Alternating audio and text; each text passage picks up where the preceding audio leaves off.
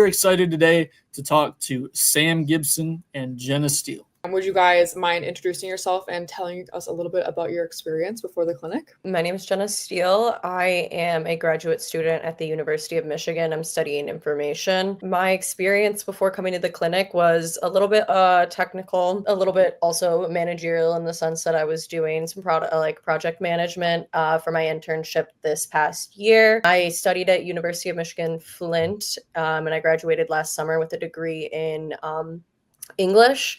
And yeah, that's a little bit about me. I'm Sam. I'm a senior at Michigan, the School of Information, studying information analysis. I work in tech repair at the university. I also was working with the women's soccer team, doing data analysis for them last semester, just into coding, into programming, into creating visualizations with data.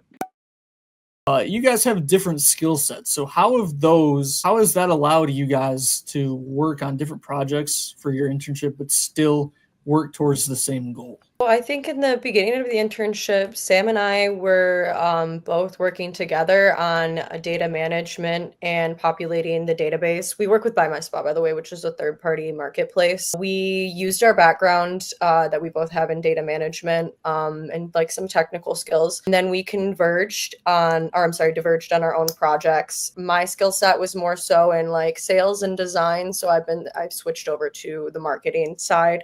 And we're still able to converge and have a good understanding of data management and back-end sales. I'd say like how we've been working towards the same goal. I mean, the goal of BuyMySpot and pretty much every startup is making money. Jenna and like making ads and like working on sales stuff is obviously very directly correlated to that. Me, when I'm like coding like bug fixes, there's like sort of an indirect correlation to making the user experience smoother and making it easier for people to sell and buy parking spots, which in turn will make more sales. What has been the most rewarding part of your internship so far? Working with Sam has been really interesting, and just being able to see his technical skills grow and him get like comfortable in his own space over like there. I think that's been really interesting. It's been fun to work with Ian, our supervisor. He is very excited about this business and has like big goals for it. And so it's really exciting to be a big part of it. And he has expressed his thanks and his gratitude for everything that we've done. So I think it's really nice to have received that feedback and see our work come to life. Now I feel like I gotta say working with you is the most rewarding part. But I don't know. You do like a lot of coding on like small projects in school, and it never actually like is like viewed to like the public. It's sort of just like for yourself. So I'd say like writing code that like actually has an impact, or at least could have an impact. That's been rewarding.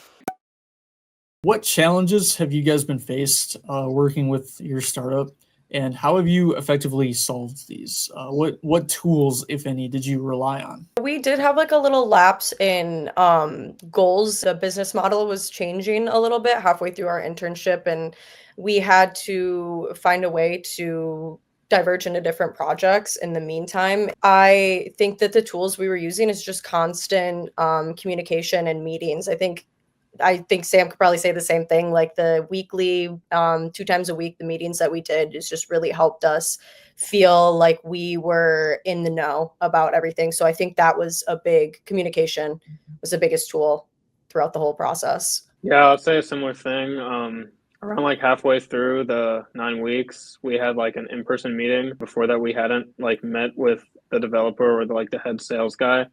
So when I like was starting to do more code and I was starting to come into more issues with like my permissions and my access on like different sites that we use to deploy code, just being able to contact the main developer, John, and like constantly email him back and forth when I was having issues was really helpful. Other stuff like just like comments on GitHub on my code was really helpful. So that was a tool I used. But yeah, those have been the main challenges.